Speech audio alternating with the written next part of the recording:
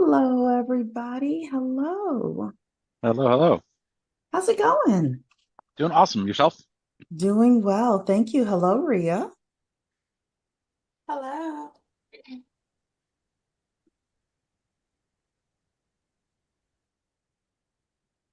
I was used to seeing Ria twice a week, and now I haven't seen her.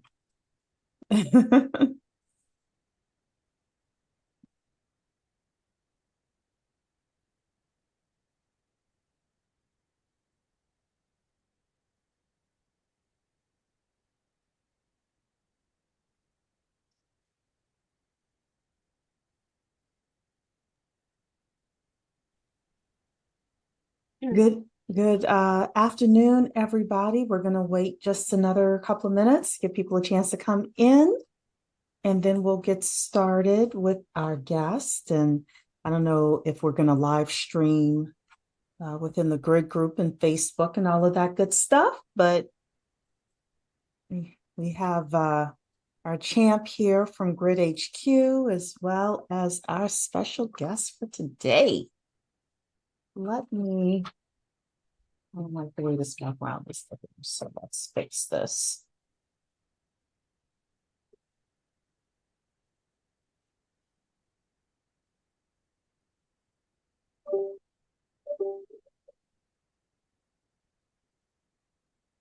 There we go. All right, we'll get started in a couple of minutes. Welcome everybody who decided to join us to learn from somebody who's done it. I didn't initially call this Burr, but we decided that we would add in the last R, even though the majority of our conversation is going to be how to buy, renovate, and then rent that property out for maximum cash flow and yeah, and make a profit from it. So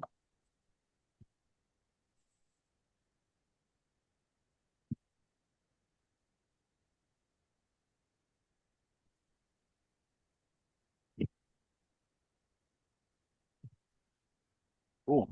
Like a little group here.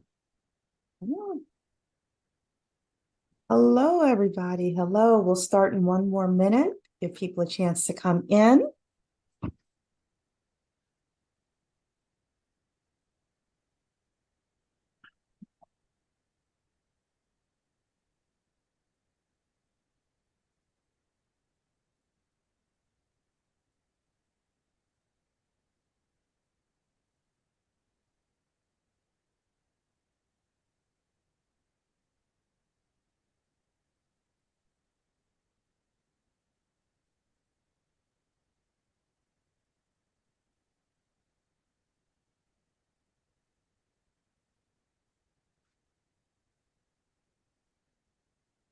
Okay, I think we're ready, Ria, to get started.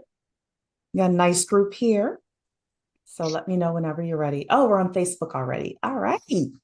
Hello, everybody. I am Cherie. I'm the money lady here over at the Gritaverse. And we come once a month in order to talk about building your real estate rental empire. And I always like to bring on a special guest. And today we have a super special guest. All of our guests are super.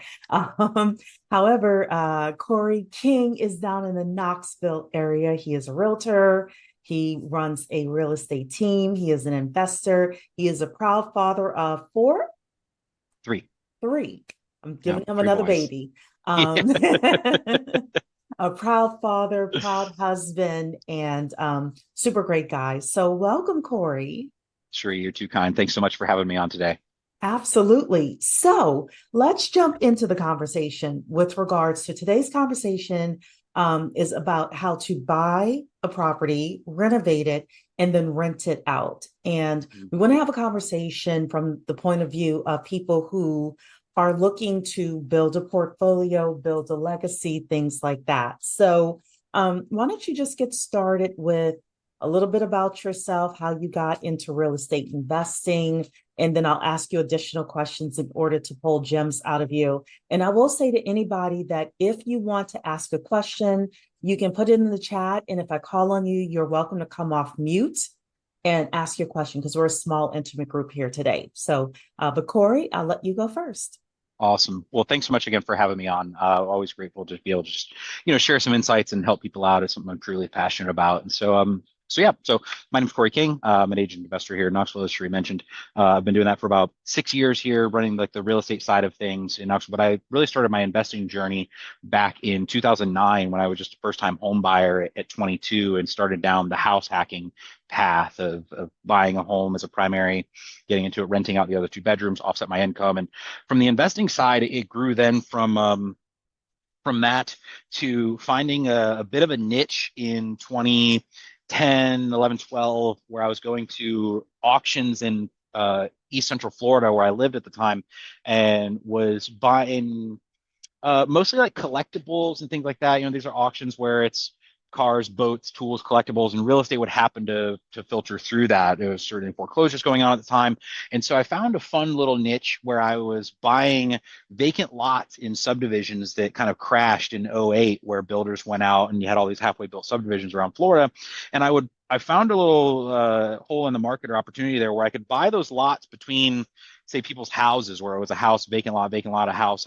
And so I'd buy those lots, and then I was able to sell them directly just to the neighbors because, like, who else better to buy than the neighbor next door? And the average deal was like a $3,000 lot that I could sell for about $8,000 and make a bit of a spread there.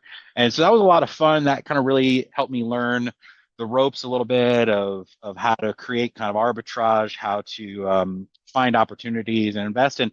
God, I wish I still had like 10 of those lots because they were 3,000 at the time, but now they're 30, $40,000 a piece. So That's one thing that Rob always talks about. It's like you think about the stuff that you sold and you're like, darn, why did I ugh, do it's that? the plight of every investor, right? Should have bought more and Yes. sold less. Those Yes. are just the growing pains, the things we just kind of have to go through along the journey. And so did that, for a while, which was a lot of fun. And then fast forward to my wife and I relocating here to Knoxville and getting into real estate sales was really something that, coming out of the restaurant hospitality world. So I was a restaurant owner operator for my 20s there in Florida, and coming here, I knew I didn't want to stay down that path, but I appreciated the owner operator side of the business, sort of the autonomy that I had in that. And so, having some peers that had gotten into real estate sales, I was like, well, heck, if they could do it, like, so could I. And so that led me down the path to getting my license, really as a space to, be an agent, be an investor.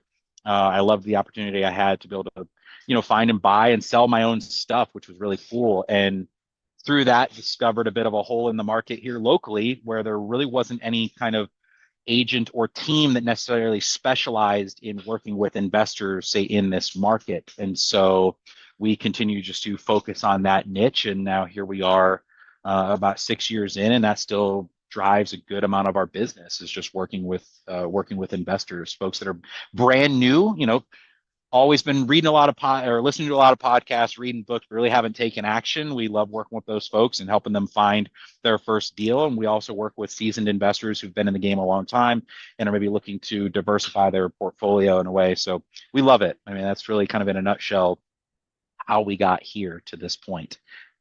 I love the fact that you started at 21. What caused you? What was the thing that clicked? Were you like always Uh, entrepreneurial or So that's a great question. So yeah, I mean, certainly raised by a single parent. And so with that was largely left to my own devices. So I'm Mhm. also an only child. Me too. So, right. So used to, number one, kind of like having my way, I guess to a degree. I'm Uh-huh. kind of impatient in that point as well. And yeah, like kind of just had to be self-reliant at that point. Again, like single parent household, mom was working and also going to night school. So I was Mm-hmm. kind of left to my own devices from a pretty early age and just had to figure it out. So I've always Mm-hmm. been very driven, take it all on my own. Like I'll just go do it. I'll just make it happen. Right. But how I, bought my first house was largely driven, I guess, out of maybe FOMO or ego to a degree where I was, 21, 22 and seeing peers of mine that were graduating college at the time. And I did not go down that path, right? Mm-hmm. I quit school at 17 in my senior year and really just went into working full time there. And so for me, it was like, okay, well, what do I have to show for myself at this age, right? Like I said, it was just kind of like ego driven more so than Mm-hmm. anything of like, well, I've got peers that are graduating college. What do I have to show for myself at this point in time? And so for me, the logic that I made in there was, oh, I can just own a house, right? Mm-hmm. 100 grand in debt one way or the other. So let's just go Right. ahead and do the house.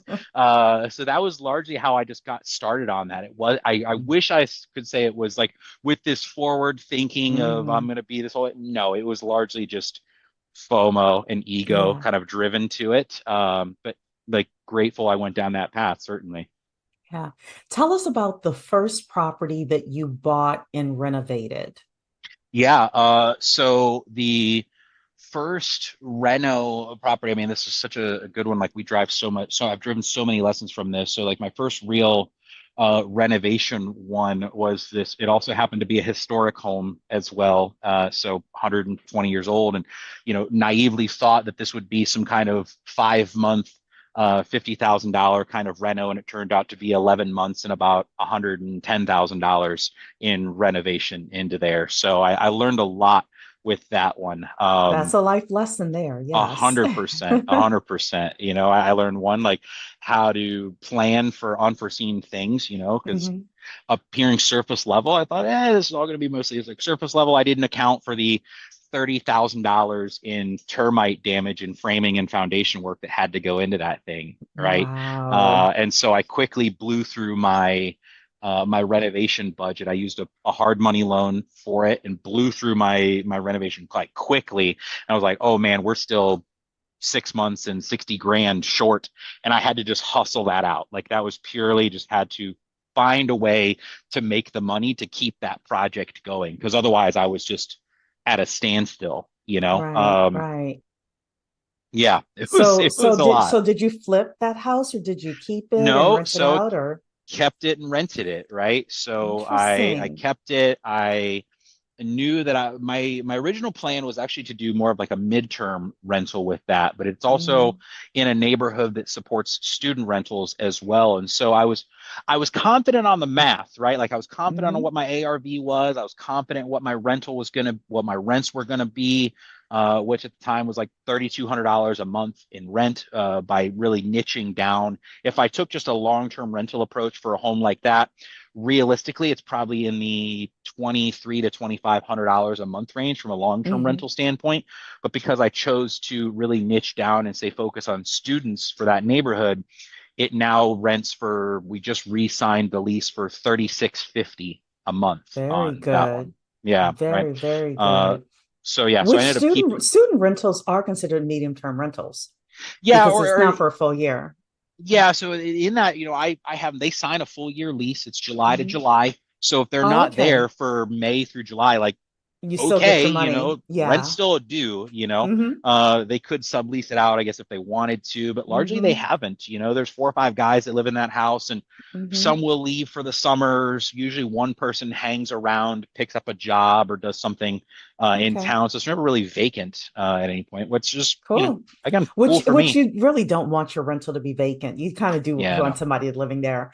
Do mom and dad for the student rentals? Do mom and dad have to guarantee? Are they undergrads? Absolutely. So, Oh. so most of them, so specifically for students, I like to rent for like upperclassmen, juniors, and seniors. At Hmm. UT, University of Tennessee here, freshmen have to stay in the dorms their first year. Hmm. So like they're there and then it's the sophomores that kind of spring out. But I'm not going for essentially 19 or 20-year-olds that are really just Mm-hmm. learning how to do life, on their Mm-hmm. own. I'm looking for upperclassmen, junior, seniors, grad students that are looking to sign, say, 2-year leases. Yes, to that point, parents co-sign, everybody's on one lease.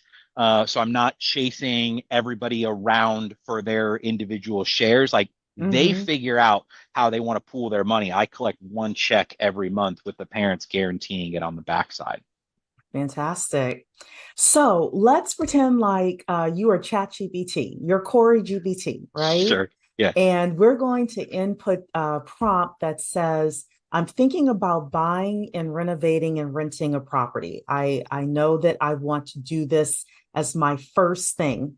Cory Hmm. GPT, give me the 5 mistakes Mm, that I should avoid and the 5 things that I should do. So, and we'll start cool. with the 5 mistakes that I should avoid if you Sure. were to give 5 lessons. Yeah. Thinking you're going to do all of it by yourself. Like you need to have a team. So don't Okay. plan on just doing this all yourself as far as you're going to be the one to do all the rehab or figure a lot of that stuff. Like, no, right? Especially if you've never done any kind of uh, significant amounts of rehab. Like paint is like one thing, right? But I'm talking about any kind of anything beyond that. You should really be looking for help at the end of the day. So really kind of thinking that you're going to do it on your own is oftentimes one of the biggest mistakes I see people doing. Um, know your true cost of renovation like to that as well, right? Like bring in somebody else as a third party contractor, somebody to help just double check your math on that as well. Don't buy something without a home inspection. Learned that mistake there real quick. I brought an inspector through that project. But we did kind of a walk and talk inspection. It wasn't necessarily as thorough. I knew there was some termite damage to that home. I didn't know to what extent. I thought it was going to be, hey, we have to replace one or two floor joists, not 14, right? Uh, so bringing in extra help is a big one. So make sure you don't think you're gonna do it on your own. Get real like quotes in hand. And that is going to be another one. Um, have a good lender, have somebody who's pretty flexible in that. So like know how you're going to finance this thing as well. Is this going to be like a construction loan, or are you going to use, say, a private or a hard money lender in that? I certainly love that, but having a good relationship with a hard money lender, like I did in that project, and they were very gracious to grant me an extension on my loan because certainly that thing ballooned and I had no way to pay them back in a timely fashion. I needed, essentially another 3 or 6 month extension on that loan. And hey, we just baked in some points on the back end of the loan. He gave me the option of, hey, you can pay 2 points now to extend this out 6 months, or you can pay three on the backside. I took three on the backside because I needed the cash in hand. I didn't have that to just give it to him in terms of points. So really having an awesome lender that you've got a good personal relationship with, you can have those honest conversations with it. If you get in a bit of a squeeze, we're here to solve problems at the end of the day, right? I think that's kind of three. I'm That kind of was fishing four. for number. Yeah. Okay, cool. So, uh, Fish for kind of number five in that, right? okay. Well, you think about that. Let me just repeat the four you've done thus far is thinking you can do it alone. No, no, no. You need a team. Number two is messing up on your renovation costs. So, knowing the true cost of your renovations and having a contractor double check your math. Number three, not getting a home inspection. That's a no no. Number four is not having a great relationship with a great flexible lender, is what I'll say is a mistake. Yeah. So, you want to find a Um, good lender. And then yeah. number five for Cory Number five, GPT. make sure you have multiple like exits on anything, right? You've got options in there. Could you flip it? Can you rent it out? Can you niche specific rent it out? So Mhm. having multiple exits, whether you're thinking you're going to flip something, do the numbers make sense that if you had to keep that as a rental, does it still pencil as a rental? So having multiple exits, right, on a Yeah. project. Don't just have one singular outcome that you're like putting all your eggs in one basket. It has to be that. Yeah. So from a lending point of view, I like the idea of the multiple exits. And especially if you're working with a hard money lender or a private lender, that's not getting money from institutions, like they're actually doing their own underwriting. Um, knowing that you know you have multiple exits and you could either sell it, or if you sold it, but like, for example, there were a lot of price reductions for the Mhm. last month or so in the Metro DC area. If we had to shave off 5-10% off the price, could you still make a profit? Yep. One of the things from a lending point of view is if you get to a point where you're not going to make a profit anymore, we get worried that you're going to walk away from the project, right? Mhm. Unless you have really, really good credit and a government job, or you have to keep good credit, right? So we're looking for that as well. And when you're having that conversation with that great lender, hopefully us over here, then, letting them know like, hey, I intend to flip this thing. However, if I need to refinance this into a DSCR loan, um, I can still do it. And the rental income, so for those of you who are not familiar, DSCR loans, fancy term, simple concept. Does the rental income pay for the mortgage? Does the rental income pay for the mortgage? So basically, they send an appraiser, and the appraiser will not only get the value overall of the property, but they'll also let the underwriter know this property is going to rent for $2,500 a month, right? Not, they will not count the student housing hack that Cory has. They'll just a long-term rental to a regular family, right? They're signing a Mhm. long-term lease. They'll say this property is going to rent out at $2,500.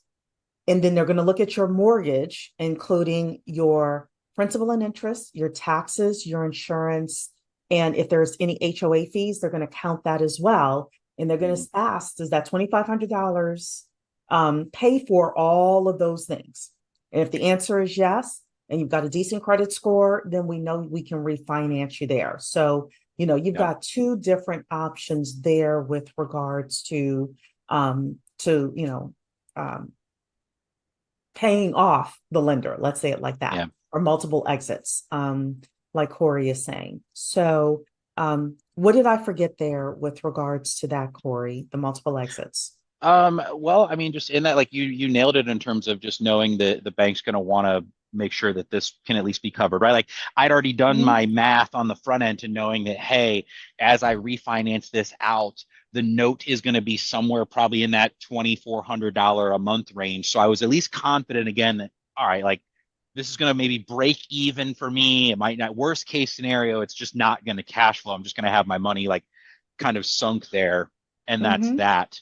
Uh, I was confident though that at least if I went with my niche route of either like midterm or students, I was definitely going to cash flow at that point, which is what paid mm-hmm, off. Now, to that point, as I went through that and did my refinance on that, because I was so over on my reno, I actually had to leave money in it. Like I had enough in the refinance to pay back my lenders, but that extra like 60 grand that I basically went over was left in that project. I had mm-hmm, to just kind of eat that for a while, um, for the market to appreciate, for my rent to grow, that I could wait maybe a year and hey, refinance this based on the actual income that it's driving, not necessarily on the projected income, which is what mm-hmm. I did, right? Is I had to wait it out for about a year to refi it again to do pull some money out, but I still didn't pull all of my money out. I've still got 20 to 30 grand like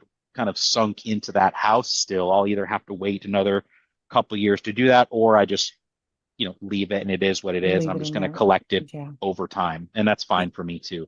Yeah, because you seem to have cash flow within that property, then you Mhm. could leave it in there, or you could, at some point, the market will appreciate enough where you're able to pull that cash out.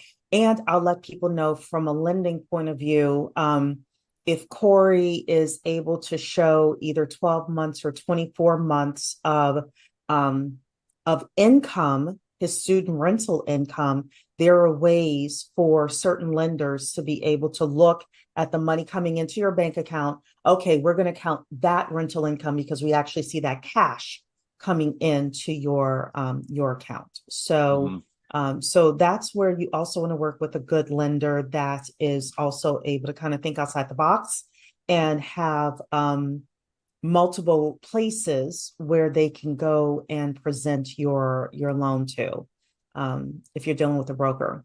I will say one thing about that though. Hmm. If you're working with a lender, one of the questions you want to ask is how many loans have you personally closed with this company that you're bringing me to?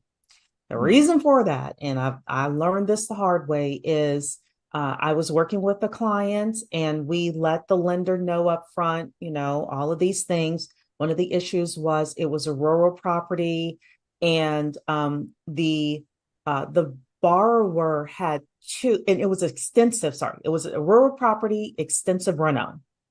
They're trying to do a short-term rental, and the borrower had two um, successful renovations, but the lender required three successful renovations, and they didn't tell us that until the 11th hour.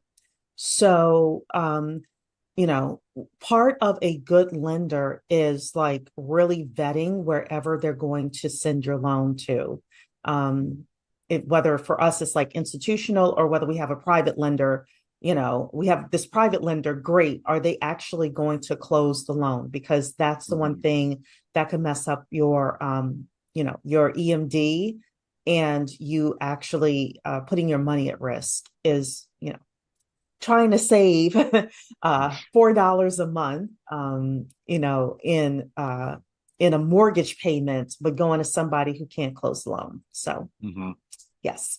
So I wanted to make sure I mentioned that. Um, so I love these. What are some other things that people should? So we talked about the mistakes, Hmm. but are there a couple of things that people should do? Let's say with regards to picking a property. One of the Hmm. things that Rob talks about, for example, Rob Chavez, who runs Grid, and many of the people I hope on here know who he is. He talks about zone, and he talks about picking a target area. We've talked continuously about having a buy box, people kind of thinking about that. What are some of your suggestions with regards to people deciding on a buy box, their strategy, again, for newbies? Yeah. So I love that. So a couple things that come into play. Number one, you're right. Zone was something I had kind of written down, which Shugabah Mhm, is really kind of zeroing in on your target market. Um, so if you want like kind of ways to help I identify that of like what might be good areas to invest, one cheat or hack I've used when I'm identifying areas is uh,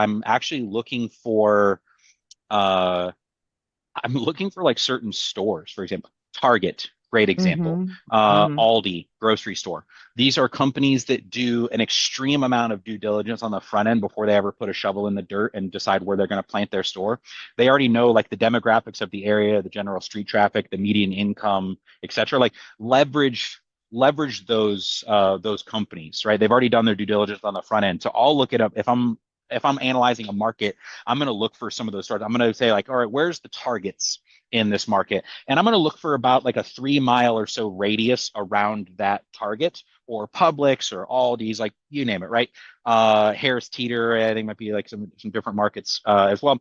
Like looking for those areas and then picking kind of a radius around that and starting there. Because again, they've already done their research on the front end to know that this can actually support that. So that will help as well, because that's usually in the path of progress and growth, stable incomes, etc. That help really do that. Certainly talk with a good agent. Tell them mhm, what you're looking to do. Find a good realtor and say, here's what I'm looking to do. What might be some areas I should look for that are going to be maybe below the median home value for the area that's still in a growth trajectory, right? Like I have a favorite zip code for me is in Knoxville is 37921. If anybody ever comes across anything in 37921, whether it's land, commercial, multifamily, single family, like, I want to be the person they think about. So telling everybody that you know what areas you want to invest in, because then people will reward that. If they know specifically where you want to buy, the universe will tend to provide that versus just saying, well, I just want a good deal. Well, yeah, me and everybody, me too, dude. You know what I mean? But if you can at least say specifically, I want to buy here, here, or here, well, people now know how to reward that. They know how to actually give that back. So, like, knowing your target market, where would you where would you want to invest? Where would you want to live? It could be very easy as that, is like starting around your own neighborhood. Where do you already live? You picked that area for a reason. So that too can be a metric to aim for. Risk tolerance is the other thing I kind of wrote down to that. Like how big of a renovation project do you want to do? Do you want to go down the full route like I did of like, hey, this could be a whole gut reno? Or, I'm doing one right now. I just left that work that's in the same neighborhood that, because I've already been through this journey before, I kind of knew what to expect. So the project I'm on now is a $90,000 renovation on a 130-year-old house that's exactly it. Like I have to tear everything apart and re-put it all back together. But because I've already been down that path, pretty cool as a cucumber walking through this one, what would otherwise probably terrify a lot of folks. Right. So I so do. knowing like your risk tolerance. Yeah, can I talk about that? Because Mhm. if somebody is new, whenever people come to me and they ask my opinion, and this is just my opinion, I try to tell people for your very first one, try to find something that is carpet, paint, new appliances. Mhm. Like, you know, in my opinion, if you are a newbie, staying away from the full gut reno, anything that could potentially be a full gut reno.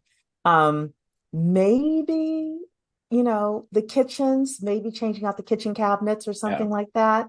But as a newbie, at least what I found, anything with structural issues, anything with like major renovations, they're Mhm. also harder to get somebody to finance it for you if you're new. Because we're like, Yeah. how do we know you know what you're doing? How do we know the contractor is going to show up for you? How do you know the contractor is going to Yeah. show up? You know, and the worst thing you could tell a lender is you're going to be your own contractor unless you are Yeah. a licensed general contractor that has done these things before. That's the worst thing you can say. Yeah. So, And given, because we're talking about, rentals, and so I'll kind of share one of my thoughts on that overall. Like one of my rules, right, is like thou shalt not buy pre 1970. I just stick with that as kind of a rule for me for like things I'm going to hold long term. now Because why? before that, so Okay. it's a great question. So number one, it's already 50 something years old as a Mm-hmm. house if we're talking pre and is right. So that's going to come with some challenges. Number two, then you've got like outdated building practices. You probably got clay or cast iron plumbing or galvanized plumbing in there, outdated electrical, possible asbestos like in there. There's just more hazards and risks that come with that kind of steer me away, even for things I'm intending to hold longer term. I really don't want anything that's already going to be older than that. Outside of course, here I am talking about renovating homes that are 130 years old. I was thinking that because you That's said you fair. do No, you're right. historic. Now, but the only reason I do that is because of this specific neighborhood, right? Like Mm, if you look around Knoxville, there's thousands and thousands and thousands of homes that were built between like 1900 and 1940, right?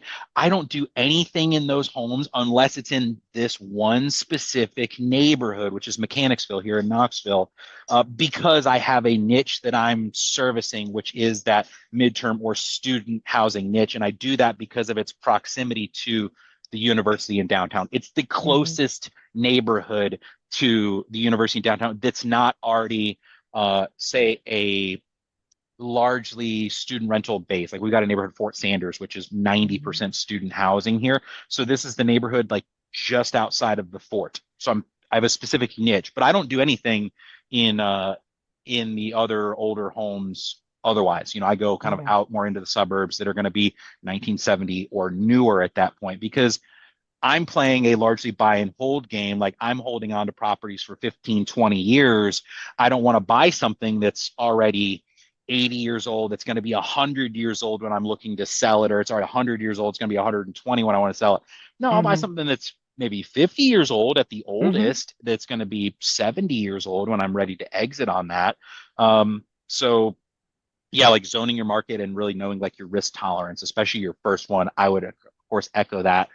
Go for paint, flooring, fixtures, just a surface level updates, Yes. kind of, right? Maybe you got to put a roof on it or something like that. Like a new roof doesn't scare me. That's a 1 day job, and it's good for 30 years at that point. But yeah, your first one should definitely be surface level. Yeah. What about distance? So, Hmm. a couple of the super smart investors that I have worked with or have known have said that they, for their very first like two or three, they will stay within 50 miles of where they live and they'll do a radius. Hmm. The reason for that is because you could drive there within an hour. So you can go check on the property, you can go check on the rehabs that's being done, make sure that the construction people know what they're doing. I was laughing with somebody. She said that she does pop-up visits, right? And she was Hmm. like, they were putting in the vanity wrong. So I had to go in there like and check on them and say, no, no, no, this is where, the way that I want it done. It's not necessarily that they're not working, it's just that they're not doing it the way that you want it done, right? And Yeah, I like that as a rule of thumb of, and 50 miles is a lot that's when you're looking at a far. I was gonna say, yeah, radius. that's far. I Yeah, would a even like 50 mile. cut You that in can, half. For me, it's you half. could. I'm Yeah. I'm no more than 30 minutes to any of my rentals. I'm within probably between 20 and 30 minutes drive, depending on like traffic, right? Mm-hmm. From any of them for that exact Mm-hmm. reason. I Mm-hmm. want to be able to swing by as I'm running errands or I'm going about like my week. I want to be able to pop by any of them to just even do a drive-by walk, Mm-hmm. a drive-by on it is Mm-hmm. huge. Definitely nothing that's going to be, maybe out of state or across the country kind of thing. Because I've seen some of those go really sideways for Yeah. for folks. Yeah. The only time that and I don't know how successful they were. I just know people were buying them. Like they live in the Metro DC area, but they're buying in Ohio because their family is Sure. there. But and they grew up there, obviously, right? But you have to have like really dependable family that's going to go check on the property, all of that as well. Hmm. So I have seen that. So let me see here. I had a little list here. I kind of wanted to go through some of the financing that's Hmm. available and then open it up for questions. Did you have anything else to add, Cool. Cory? Just kind of on that point, the last part of there was, just especially if it's your first one, being open to partnerships, right? Mm-hmm. Partner with somebody who's gone down that path before. You might be coming in as a capital partner in that you got some money to lend, you work out some kind of equity split or return on your money. But somebody who's going to kind of show you the rope. But that goes back to like just don't always try to go it alone, especially on your first one. You really should be looking for a partner in that, somebody who has some experience, who will like walk you through it step by step, who might serve as a general partner, and you might be just kind of a limited partner in that deal. Again, you maybe bring some money to the table to help fund and finance the deal, but somebody who's got the experience and know-how, has the contractor relationships to help manage that project, and they'll kind of walk you through it step by step is huge. Again, just don't try to go it alone. Look for a partner, in I agree fact. with that. So I did some flips in the early 2000s, and the best thing I did was bring in a partner with experience and do the 50-50 profit split, right? Hmm. Um, because I didn't lose money, right? So many people lose money on their first couple of deals. Yeah. I didn't because I had that person who was like, okay, we're going to Yep. do it like this, we're looking out for this, things like that. In that specific situation, I brought the deal. I didn't have to bring the Hmm. capital. They Nice. actually, one we did was a lease option, so it was creative. The other one, I can't remember what it was, but I didn't have to bring capital either. I brought the deal. And then Nice. there were, and let me tell you something with active people like Cory and people like that, if you bring them a deal and you're like, but I want to look over your shoulder, they're like all day long. I look over your shoulder and I'll take a piece of the profit. They're like all day long. Hmm. So that's a great way for you to kind of get your first deals done and get that experience. And from a lending point of Yeah. view, we'll give you something called an experience worksheet, and you're able to put those first two or three That's cool. deals that you had on with the partner, and your lending terms become a lot more favorable because you've had those successful first two deals that you've Hmm. done. Yeah, I So, love doing I love doing those. I love doing joint mhm. ventures. Typically what I found is like where I, come to play in that is typically I'm the one who's able to kind of find the deal and has the contractor relationships to help set the play up. And I love Hmm. just bringing the side of it. Yeah, Right. I love that. Right, right. Absolutely. So you could play either way. You could be the capital Hmm. partner and you connect with somebody like a Cory or, some of the people if you're in the DMV area, and say, you find a deal, I'll bring the money. Or you could be the person that brings a deal and Cory has has resources to capital. So Yep. and he'll bring the capital and the contractor and then, Hmm. either way would work. Yep. So for my people who don't have as much money, there's still a way for you to get involved. Absolutely. So I wanted to just talk really quickly about how you can actually buy properties, renovate them, and then rent them out. So I'm going to start off with the low down payment way, because I always get Sheree, I don't have a lot of money. Can I do it the low down payment way? The answer is yes, but you have to live in the property for at least 12 months. So you're gonna end up buying a property and it's going to be your primary residence, your primary home. There's two major loan programs that I like to use for this. One is a conventional loan called the home style renovation loan. So you're able to research that. The other is the FHA loan called the 203K loan. With either of these loans, you are able to purchase the property. You are able to do not only paint and carpet and new appliances, but you're able to fix the roof. You're able to get a brand new kitchen, a brand new bathroom.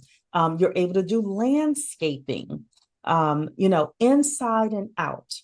And the great thing is, I'm going to use this for simple math, right? The great thing is, let's say after the renovations are done, that house is going to be worth $100,000. You can borrow between the purchase and the renovation costs up to $100,000 minus your down payment. Okay. So for an FHA loan, you could borrow 96,500 and you could put down $3,500 and get the money to buy the house and renovate it. The other thing I forgot to mention, sorry, I forgot to mention this. You're also able to add walls and knock walls down. So if you go with an investor friendly agent like a Cory or someone on his team, I see Travis is here, Hui is here. Those guys in Knoxville know how to do these things. They're able to basically go in with you from a house hacking point of view, because that's what this is, and say, okay, you're a single guy, single girl. You can live in the basement. You could do these renovations, live in the basement, and a family could rent the top levels. Or if you have a family like Matt Megel, one of our CASA agents, he lives in the top part and he rents out. It was actually already rented out when he bought the property, the basement, right? But you're able to include things within the construction budget that lays it out for it to be easier for you to get the other part of the house rented out. Now, even with additional dwelling units, there are some lenders now that will finance either an attached additional dwelling unit or a detached additional dwelling unit as well. So Wow.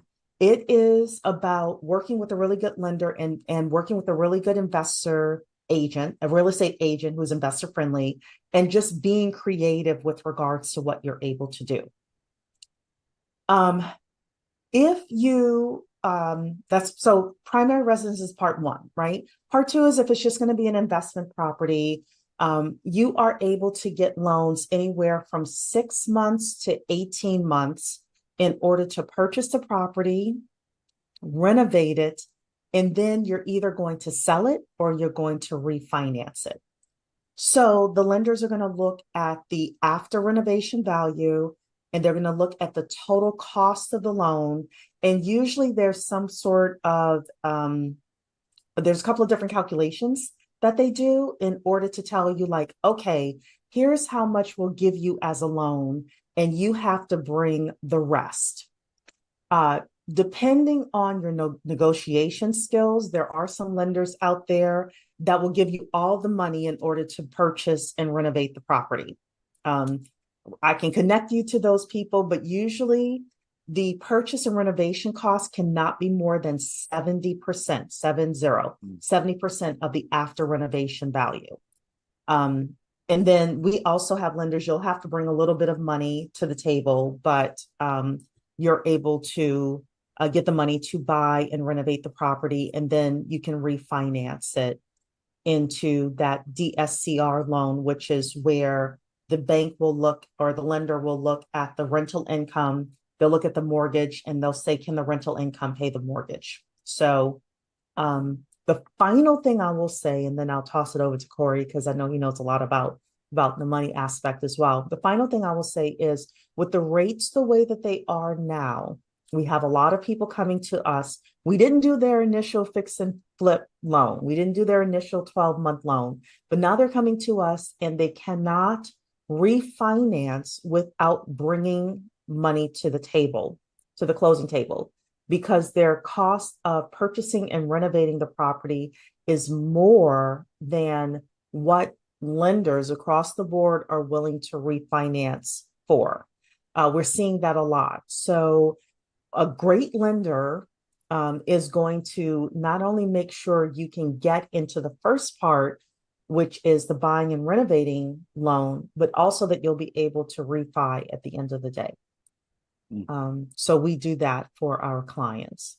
So thoughts, Cory, with regard to all the things that I said? I mean, I love those. I really wish more people were using the like home style renovation or the FHA 203K product. It's really an amazing deal, especially now where you've got folks that are liquidating homes, you got investors that are liquidating homes that could maybe still use some work, and you can come in and work to negotiate a good deal on that, but probably get some closing costs covered as part of that deal, et cetera.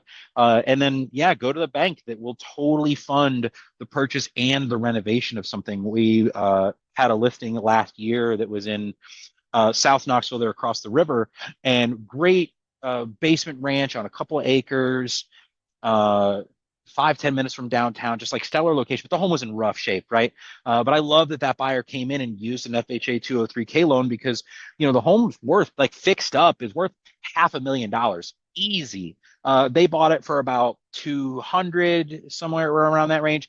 Financed probably about $150,000, like in reno. But they just have such a massive upside on Yeah, that to be that's able to get amazing in like equity. Yeah. crazy good equity, right? Crazy good equity that they got in for, you know, uh, $10,000, $12,000, in total, Mhm. like out of pocket expenses for that, like insane. Yes. I would do that Yes. trade all day long if I was a buyer right now, is go through that. There's a little bit more red tape to go through that. And if the Hmm. bank's just looking to make sure that you have, yeah, a contractor who's doing the work, they're going to go out and want to just double check all the math on it. Totally understandable. So it Hmm. takes a little bit longer to close from my Yes. experience, can be anywhere About from like 40 days. 45, yeah, to 60 Hmm. days. I say like 6 to 8 Hmm. weeks as opposed to 4 or 5 weeks. But Hmm. all in all, it's not bad. It's a great loan product. I just really wish I saw more buyers using that right now, honestly. I do too. I push it so much because it is great, especially from an investor point of view. If you're investor focused, being able to go find a property, we have a lot of people who are aging in place, who are passing away. One of the Yes. members on our team specializes in working with probate attorneys to sell Hmm. houses. Well, suppose you were one of the first people he called on his list to say, hey, I got this great property, but it's dated. You could go in and be able to purchase that property and renovate the property. But, we have, like you said, investors as well, especially, I don't know if the economy is going to turn or not, but if it does, there are going to be investors who are looking Hmm. to get rid of certain properties, and you only have to live there for 12 months. You That's live it. there, Yep. you live there, you renovate the property, and then if you want to go move someplace else, it. And rinse. You could rinse and repeat. You could really be Hmm. squared away in 5 to 7 years time Hmm. if you just kind of follow that model. You Hmm. can be a net worth millionaire within 5 to 7 years, Yeah, you just just need to make sure leveraging. you have enough income. I'll be honest Sure. with that. You need to make Yep. sure that you make enough money in order to do that. But yes, you could absolutely buy, I would say even a house every 18 to 24 Hmm. months, Yep. just And Dan Nice, who's another member of our CASA team, I keep referring to all of our members, but he said, instead of just moving up, you could just move over, Laterally. Yep. move laterally. And that's how a lot of people make their numbers work as well. Mhm. The other thing I will tell you with regards to being a lender and doing that is be careful how you do your taxes. And I'm not going to go into it here, but Delonta knows, that I preach this. So if you're thinking of doing the move up or move over strategy, talking to someone like me, who is an investor focused lender, and being able to say, you want to watch out for these things on your taxes because your CPA is going to do their job and they're going to try to minimize your taxes. However, if they do it in such a way that we as the lender cannot give you your next loan because your taxes are done in a specific way, then it's not going to work. So I'm just warning you now that doing the move up or move over strategy does work, but you need to be guided from like the very beginning, from at least a lending point of view. And I would say from a realtor point of view as well, with how you're Yeah. going to do that.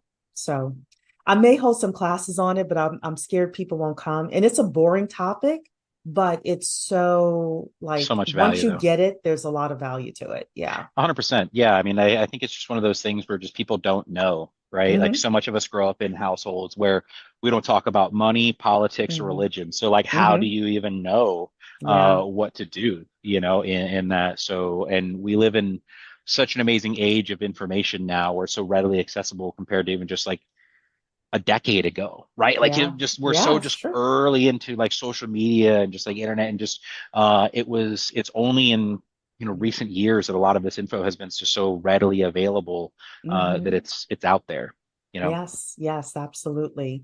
So we have 10 minutes left. We've got some great people on. I want to give people a chance to unmute yourselves and ask Cory, how many rentals do you own now? We have five and then our primary so far. Okay, so he owns five rentals. So this is a great opportunity for you to ask somebody who's in the trenches for their advice. And if not, then do have another question for you, but I want to see who comes Sure. off mute. Yeah, yeah, open to it. Yeah, for sure. Ask away. I'm an open book. So when you buy these houses, I guess say there's just like, you're buying the purpose for this house just to rent it out, but you don't want to live there. Is that where the DSCR loan comes in? Yes, Okay. yes. Then that's money down as well, 20% down or DSCRs can go as low as 15% down, but if you're going to buy the property to renovate it, you would need that 12-month loan first in order to buy the property and renovate it, and then you would refinance into a DSCR. If you don't need any money to rehab the property, then you can just go right into a DSCR loan. The only thing I would say is if it's a major renovation, you don't want to do that because when the appraiser goes in for the DSCR, they're going to look at the condition of the property and say, this is how much this property can rent for now. So that's where your strategy needs to come in a little bit. Hope I didn't overcomplicate it, but no, that's good. Yeah, I mean, I was just trying to see. I'm assuming interest rates are typically higher in that, so you have to make the rent work in terms of that. I would assume yeah, they they're would pretty look comparable. into I that mean, first. I quoted DSCR to somebody this morning for 6.875 to 7%. Okay. Yeah, Sweet. they're pretty comparable to what you would get for a primary home. Unless the numbers don't work or unless you have like bad credit. Hmm. But if you have decent Gotcha. credit, we're fine. Mhm. Michael, hello. Hello, how are you? Good. I just wanted to ask, how do you go about finding kind of areas or properties that cash flow well? I mean, I'm in a kind of a higher income zip code or higher property value zip code where that doesn't seem to happen. So, there's kind of a balance there, I guess. Yeah, so I can kind of dive into that. I mean, certainly, yeah, I myself live in a fairly more like affluent area in terms of like where the median household income is higher. So I feel like I don't necessarily like buy my investment properties there, but I buy just adjacent to it, right? Like the zip code that I buy in 37921 is adjacent to some of these other more like affluent areas that I can buy at a slightly like lower price point, but people can still access the same amenities to it within about a 10-minute drive, right? So I kind of look for that. I look for areas that are maybe about 10 to 20% below the median home value, that's still within close enough proximity to the areas maybe like where I live, right? And it gives me like some good runway. Like as I see Knoxville has a pretty consistent, steady like appreciation in that, and our median home price is around 400,000 bucks. I'm looking at homes that have that ARV or that after repair value around 350 or less, between 300 and 350. And I'm then looking for stuff that I can do some value add in there. Or I can just, if you maybe don't want to take on something that needs heavier rehab, then it's okay to buy in those. It's maybe more of a turnkey investment because you just have, I look at that because I have more runway to go as the area is going to continue to appreciate. I've got a nice extra buffer there for growth where some areas might stagnate out. The zip codes or areas that I buy, they're going to continue to appreciate by up to that median home price before anything would start to fall. Yeah, I would also say you're able to work with a realtor as well and ask what, like, let's say you want to, because I hear so many people say this, I want a good 3-2s, right? 3 bedroom, 2 bathroom. You can ask them for different areas, maybe different either zip codes or different communities. Hey, what's the rental income? And if you're working with that realtor, then they'll tell you, okay, the rental income is X number of dollars, right? And then you're able to look on the other side. I would just give you a general 7% mortgage right now for anything, right? So your principal and interest is going to be 7%, include your taxes, insurance, and any HOA, and you can quickly do the math and see if you would cash flow in that neighborhood. And then from there, you're able to then look for properties in those specific neighborhoods. Mm-hmm. But nice working class neighborhoods is always what I hear is best. Mm-hmm. Yeah. Do you have another question, Michael? Nope. Is that good? That's good. Perfect. Travis, you have your hand up. Yep. Hey, can you maybe discuss like the pros or cons of purchasing through a wholesaler over going through the MLS? And what does the lending structures is there any variance there? Oh, from a lending point of view, I thought Cory was going to answer. From a lending point of view, we don't care. We don't care. So as long as you have a signed contract, then that's all we work with and from. As somebody who sits in this seat as the money lady, though, your wholesaler will need to make sure that they are working with a title company that will put them on settlement. Mm-hmm. So, that would be the only thing. Like your wholesaler cannot tell the lending company, oh, okay, now, can you add in my $10,000 wholesale fee? Like that's a no, right? So that would be the only thing I think from a lending point of view that I would caution you about with regards to wholesalers is working with an investor-friendly title company to make sure that the title work is okay. So yeah. And Cory, on that, far as like, what is the different process of purchasing something through the wholesaler versus MLS's, normal transaction? Well, and I mean, it's to a degree going to process like similarly, wholesalers are just going to have their own, say, risk tolerances for how they want the deal to be structured. So having an honest conversation